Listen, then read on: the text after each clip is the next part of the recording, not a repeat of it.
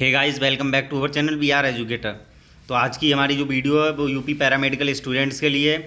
तो जैसा कि आपका फर्स्ट राउंड काउंसलिंग का रिजल्ट आज आने वाला था, जो कि अभी करीब 1 से 2 घंटे पहले जो है डिक्लेयर हो चुका है। आप उसे यूनिवर्सिटी की ऑफिशियल वेबसाइट पर जाके चेक कर सकते हैं। आपको चेक कैसे करना है, आपको यूनिवर्सिटी की ऑफिशियल वेबसाइट पर आ जाना है और ये जो कॉलम दिए हुए हैं आपके पैरामेडिकल वाले, इन्हीं में आपको आ जाना है। और यहाँ पर जैसे आप लॉगिन करते हैं फॉर्म को, तो उसी तरीके से आपको फॉर्म जो है लॉगिन कर लेना। जैसे ही आप फॉर्म को लॉगिन करेंगे तो इस तरीके से आपके सामने इंटरफेस ओपन होगा, जहाँ पे आपसे आपकी रजिस्ट्रेशन आईडी और पासवर्ड मांगा जाएगा। ये दोनों चीज़ें डिटेल्स आपको फिल करने के बाद लॉगिन बटन पे क्लिक कर देना है। इसके बाद क्या होगा, आपके सामने एक एप्लीकेंट डैशबोर्ड नाम का ऑप्शन ओपन होगा, जिस पे ऑप्शंस होंगे आंसर की, admit card, apply for first round counselling, इस तरीके से कई ऑप्शन मिल जाएंगे। तो जो apply for first round counselling वाला ऑप्शन होगा उस पर आपको क्लिक कर देना है। जैसे ही आप उस पर क्लिक करेंगे, आपके सामने जो भी अलॉटेड सीट रहेगी, अलॉटेड कोर्स रहेगा, वो आपको शो हो जाएगा।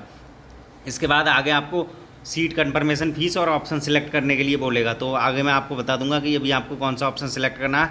बाकी मेन चीज़, आपको कॉलेज अगर अलॉट हुआ तो वहाँ पे दिखाई देगा, और अगर कॉलेज अलॉट नहीं हुआ तो वहाँ पे दिखा देगा you have been not allotted any college और you can participate in the mop up round counselling, इस तरीके से आ जाएगा। बाकी मैं ये भी बताऊँगा आपकी सीट मैट्रिक्स कब जारी होने वाली है मॉप अप राउंड की, और रेजिग्नेशन विंडो कब से ओपन होगा। फिलहाल अभी बात कर लेते हैं कि आपको कौन सा ऑप्शन जो है सिलेक्ट करना है। तो यहाँ पर आप देख सकते हैं, जैसे आपने जो 500 रुपये फीस पे की थी रजिस्ट्रेशन फीस, तो वो तो आपकी नॉन रिफंडेबल थी। बट आपकी जो 5000 आपने फीस पे की है सिक्योरिटी मनी, तो अगर आपको कोई भी कॉलेज अगर अलॉट नहीं होता या आपको कॉलेज जो है अलॉट होता है, आप उसमें एडमिशन ले सकते हैं। इन दोनों बच्चों की जो है जो सिक्योरिटी मनी है 5000 रुपये, वो वापस कर दी जाएगी। अगर आपको कोई भी कॉलेज अलॉट नहीं होता उस केस में, और आपको जो भी कॉलेज अलॉट होता है आप उसमें एडमिशन ले लेते हैं, उस केस में आपकी जो है सिक्योरिटी मनी वापस कर दी जाएगी। आगे बात करते हैं कि जैसे ही सीट अलॉटमेंट आपकी हो गई है, अब आपको क्या 40,000 रुपये पे करने हैं ऑनलाइन मोड के थ्रू। ऑनलाइन जो वेबसाइट है उसी में आपको आगे पे करने हैं, ओपन करने के बाद, फॉर्म लॉगिन करने के बाद। फिर आप जब कॉलेज में जाएंगे तो आपको एडमिनिस्ट्रेटिव फीस 2000 रुपये पे करनी है, ठीक है। और अपनी जो भी है कॉलेज रिपोर्टिंग करवा देनी है, ठीक है। जो भी टाइम इन्होंने दिया है, मैं अभी आपको टाइम भी बता दूंगा कि कब से कब तक आपको जो है कॉलेज रिपोर्टिंग रहने वाली है। और आपको क्या फ़ोटो कॉपी ले जानी है सभी डॉक्यूमेंट्स की, और ओरिजिनल डॉक्यूमेंट साथ में ले जाने हैं। फोटो कॉपी आपकी जो है जमा हो जाएगी, वेरिफिकेशन के बाद डॉक्यूमेंट आपको वापस कर दिए जाएंगे, ठीक है। तो इस चीज़ का आपको ध्यान रखना है। बात कर लेते हैं, जैसे ही आपको एडमिशन कंप्लीट, आपने एडमिशन प्रोसेस कर दिया, तो जैसे जो भी बच्चे रिज़ाइन करने के लिए इंटरेस्टेड हैं, तो उनके लिए 12 अगस्त से 16 अगस्त तक जो है रेजिग्नेशन विंडो ओपन किया जाएगा, जिसमें अगर आप रिज़ाइन कर देते हैं अलॉटेड सीट के लिए, तो आपके 40,000 रुपये अगर आपने जमा कर दिए हो, 5,000 रुपये वो आपको वापस कर दिए जाएंगे। अगर आप नहीं करते हैं रिज़ाइन तो आपके जो है वो जब्त कर लिए जाएंगे, ठीक है। और ये ओरिजिनल सर्टिफिकेट आपके कब जमा होंगे, सभी डॉक्यूमेंट जब आपके एकेडमिक सेशन जो है स्टार्ट हो जाएगी, तब आपके सभी डॉक्यूमेंट जो है जमा हो जाएंगे। गवर्नमेंट कॉलेज सिर्फ उन्हीं स्टूडेंट को मिलेंगे जो उत्तर प्रदेश के मूल निवासी हैं, या फिर उन्होंने अपना 10-12 जो है यूपी बोर्ड से किया है, ठीक है। और जो आपके प्राइवेट कॉलेज हैं उसके लिए सभी स्टूडेंट्स जो है एलिजिबल हैं। तो आप देख सकते हैं राउंड फर्स्ट में आपको जो है round first are required to log in to the portal and choose any one of the options within the date and time specified in the schedule. तो आपकी जो भी कॉलेज रिपोर्टिंग की date है, उस डेट के अंदर आपको जो है इन दो में से एक ऑप्शन सेलेक्ट करना है, या तो फ्रीज या डेक्लाइन। अब फ्रीज का मतलब क्या है, जैसे आपको जो भी सीट मिली है उससे आप संतुष्ट हैं और आप वो सीट लेना चाहते हैं, तो वो फ्रीज हो जाएगी। और आप अगले जो मॉप अप राउंड काउंसलिंग है, इसके 2 ही राउंड होते हैं, first round, mop up round, ठीक है।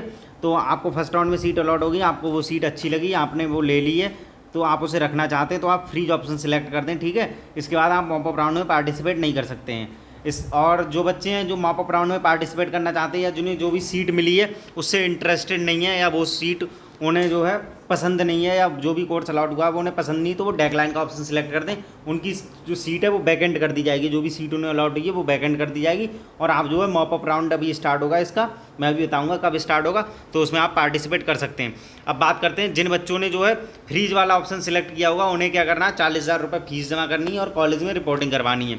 और जिन बच्चों ने जो है डेक्लाइन वाला ऑप्शन सेलेक्ट किया है, उनके लिए जो है मॉप अप राउंड में पार्टिसिपेट करना है, उनके लिए कुछ भी नहीं करना है इसमें। बाकी आपको कॉलेज में क्या क्या डॉक्यूमेंट ले जाने हैं, ये देखिए, प्रोविजनल सीट अलॉटमेंट लेटर ले जाना है, 5 पासपोर्ट साइज फ़ोटो ले जाने हैं, जिनका सफ़ेद बैकग्राउंड होना चाहिए, लेटेस्ट, ठीक है, कलर्ड फोटोग्राफ ले जाने हैं। अभी आप नहीं है तो क्लिक करवा लें। बाकी 40,000 रुपये जो आपने फ़ीस जमा की है उसकी स्लिप ले जानी है, और आधार कार्ड, वोटर ID या ड्राइविंग लाइसेंस में से मतलब कोई भी ID प्रूफ अपना साथ में ले जाना है। और वेरिफिकेशन सीट ले जानी है, जो अपनी एप्लीकेशन फॉर्म फिल किया था उस समय पे लगाई होगी वेरिफिकेशन सीट, आपको पता होगा, वो आपको साथ में ले जानी। बाकी आपको अपनी 12th और 10th की जो है मार्कशीट ले जानी है, मार्कशीट नहीं है तो स्टेटमेंट उसका ले जाएँ, कुछ ना कुछ प्रूफ के तौर पे आपको ले जाना है, ठीक है। बाकी आपको 10th का जो भी मार्कशीट है वो ज़रूर लेके जानी है ध्यान से। माइग्रेशन सर्टिफिकेट लेके जाना है। मेडिकल फिटनेस जो है गवर्नमेंट कॉलेज का तो वहीं पे बन जाता है, बाकी प्राइवेट कॉलेज का आप डिस्ट्रिक्ट से बनवा लें, ठीक है। और जो भी SC ST के कैंडिडेट हैं वो अपना जो भी जाति है वो लेके जाएँ। और बाकी OBC EWS वाले जो हैं वो 1 अप्रैल 2024 के बाद का बना हुआ अपना कास्ट सर्टिफिकेट ले जाएँ, ठीक है। बाकी जो भी सब कैटेगरी के स्टूडेंट हैं वो अपना सब कैटेगरी सर्टिफिकेट ले जाएँ।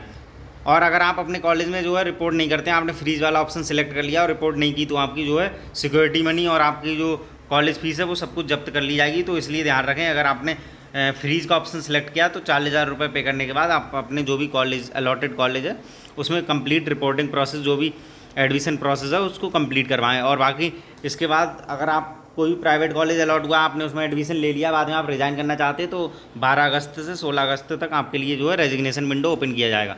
बात कर लें अब आपका मॉप अप राउंड कब से स्टार्ट होगा और कॉलेज रिपोर्टिंग जो है फर्स्ट राउंड की वो कब तक है, उसके बारे में बात कर लेते हैं।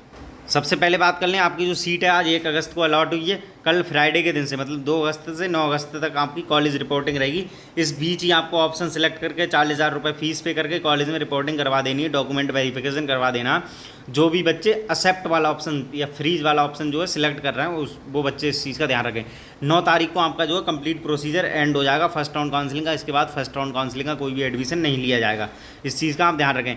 मॉप अप राउंड की जो सीट मैट्रिक्स है वो आपको 12 अगस्त को देखने को मिलेगी, जो आपकी प्री रेजिग्नेशन सीट मैट्रिक्स होगी। बाकी आपकी जो पोस्ट रेजिग्नेशन की सीट मैट्रिक्स है वो आपको 17 अगस्त को देखने को मिल जाएगी। और 17 अगस्त से जो है आपकी काउंसलिंग जो है चालू हो जाएगी, जो कि 23 अगस्त तक मॉप अप राउंड काउंसलिंग चलेगी। फिलहाल अभी मैंने आपको बता दिया कि आपको क्या क्या प्रोसेस करना जिन भी बच्चों को कॉलेज अलॉट हुआ है उनके लिए, और जिन भी बच्चों को कॉलेज अलॉट नहीं हुआ वो मॉप अप राउंड में पार्टिसिपेट कर सकते हैं। और जैसे आपकी सीट मैट्रिक्स जारी होगी मॉप अप राउंड की, मैं आपको इन्फॉर्म कर दूंगा वीडियो के माध्यम से। बाकी अभी भी आपको कोई कन्फ्यूजन है तो आप मुझे मेरे टेलीग्राम चैनल पे DM कर दें। बाकी जिन भी बच्चों को कॉलेज अलॉट हो चुका है, चाहे उन्हें प्राइवेट हुआ गवर्नमेंट हुआ, अगर आपने मेरे चैनल से आपको कोई भी हेल्प मिली है और आपको लगता है कि सर से आपको हेल्प हुई है, तो आप जो है अपना अलॉटेड कॉलेज, अपना नेम, फादर्स नेम, अपना एक फ़ोटोग्राफ और जो भी कॉलेज और कोर्स अलॉट हुआ आप मुझे मेरे टेलीग्राम चैनल पर सेंड कर सकते हैं।